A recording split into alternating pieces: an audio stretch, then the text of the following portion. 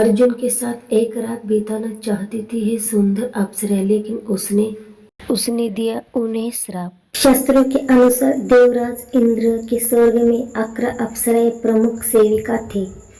अप्सरा हे कुतस्थली, प्रजिकस्थला, मेनका, रंभा, प्रमलोचा, अनमलोचा, घृताची, वर्चा, उर्वशी, पुरोचिति और तिलोत्तमा।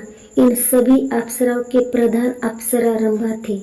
इनमें से उर्वशी ने जब अर्जुन को इंद्र की सभा में देखा तो उन पर इसके दिल आ गया और ये अर्जुन से प्रणव निवेदन करने लगे। एक बार इंद्र की सभा में उर्वशी के नृत्य के समय राजा पुरूरवा उसके प्रति आक्रुष्ट हो गए थे, जिसके चलते उसकी ताल बिगड़ गई थी। इस अपराध के कारण इंद्र ने रुष्ट होकर दोनों की मर्त्यलोक में रहने का शाप दे दिया था। मर्त्यलोक में पूर्वा और उर्वशी कुछ शर्तों के साथ पति पत्नी बनकर रहने लगे।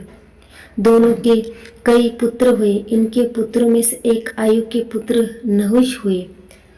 नहुष के याति, सयाति, अयाति और ध्रुव प्रमुख पुत्र थे।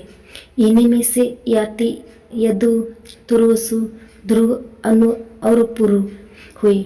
यदु से यादव और पुरु से पौरव हुए। पुरु के वंश में ही आगे चलकर कुरु हुए और कुरु से ही कौरव हुए। भीष्म पितामह कुरुवंशी ही थे। इस तरह पांडव भी कुरुवंशी थे। पांडव में अर्जुन भी कुरुवंशी था। ये उर्वशी एक बार इंद्र की सभा में अर्जुन को देखकर आकर्षित हो गई थी और इसने अर्जुन से प्रणय निवेदन किया था। लेकिन अर्जुन ने कहा कि ये देवी हमारे पूर्वजों ने आपसे विवाह करके हमारे वंश का गौरव बढ़ाया था। अंतपुरु वंश की जननी होने के नाते आप हमारी माता के तुल्य है। अर्जुन की ऐसी बातें सुनकर उर्वशी ने कहा, तुमने नपुंसक को जैसे वचन कहे थे, अतः मैं तुम्हें शाप देती हूँ कि तुम एक बरस तक पुंसत्वहीन रहोगे। ये शाप अर्जुन के लिए वरदान जैसा हो गया। अज्ञातवास के दौरान अर्जुन ने विराट नरेश के महल में किन्नर वरत्रला बनकर 1 साल का अज्ञातवास का समय गुजारा, जिसे उसे कोई पहचान ही नहीं सका।